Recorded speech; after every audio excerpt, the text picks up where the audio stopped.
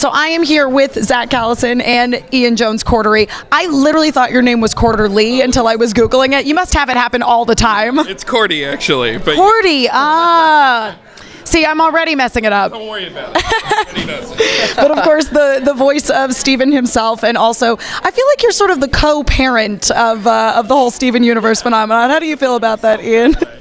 Awesome. Yes. So you guys are in a really good run of regular episodes happening right now. It must feel really nice to have this great presence at Comic-Con and have you found that the fans are reacting really positively to the latest run of episodes? Yeah, I mean, everything I've heard from the panel, people were really excited, because last year our panel was kind of in the middle of one of our hiatuses. This year it was like right smack in the middle of this huge run of episodes, and people seem to be responding well to it, and everything I've heard has been positive. Yeah, I mean, there's a new episode airing tonight. Yeah.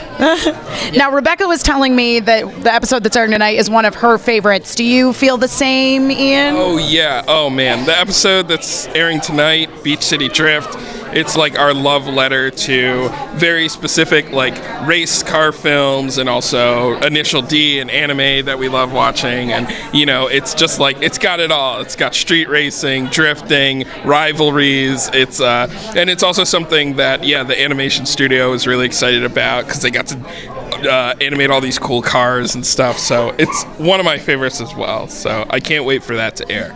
So obviously there's a lot of sort of outside influences of the anime or otherwise variety. And do you have any influences that you haven't used yet in Steven Universe that you'd like to try to sneak in there? Oh, man. There's always more musicals that we want to do. I know that we've been really yearning to do like a Busby Berkeley influenced musical number, so maybe stay tuned. We'll see that in there. All right, awesome. How about you, Zach? Anything that you'd like to get to perform sort of genre-wise within the realm of Steven Universe? We were actually talking about this on the panel. It was kind of a joke, but I thought it was a great idea. Somebody brought up the idea of more raps, because I did the Cookie Cat rap.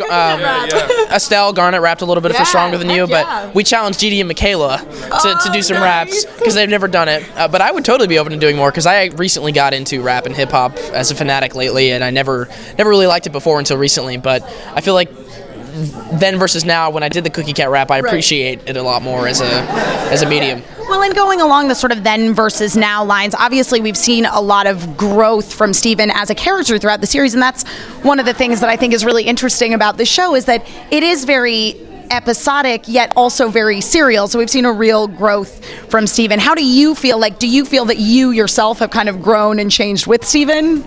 Absolutely. I mean, my voice literally changed in the middle of Steven Universe, and we were talking about that earlier, which was a big challenge for me, but I feel like it did help Steven in a way, or it helped me play Steven in a way, because Steven and I were both growing up at the same time. Even though I'm a few years ahead of him, it's still, we're both growing and maturing into different parts of our lives and going over these, crossing these corners and entering new phases of our lives, and he's taking more responsibilities with the gems. I'm doing more adulthood stuff, and I feel like it has helped me relate to Steven a lot more on that level. Yeah, absolutely. Do you find that watching Zach grow up before your eyes, Ian, is helping you with writing the character? Yeah, and I think the great thing about Steven Universe is that throughout the show we've let it evolve and change and grow. We've had Steven grow up. People draw him differently, like when he's in a different mood. We've even had different art directors come in and work on different episodes. It's a show that's always growing, changing, and evolving, and we never want that to stop. A lot of cartoons, they just decide what it looks like, and it just gets locked in, and it never changes. And we've never wanted to be that show, and I think the evolving of the characters and the evolving of the voices really adds to that. Yeah.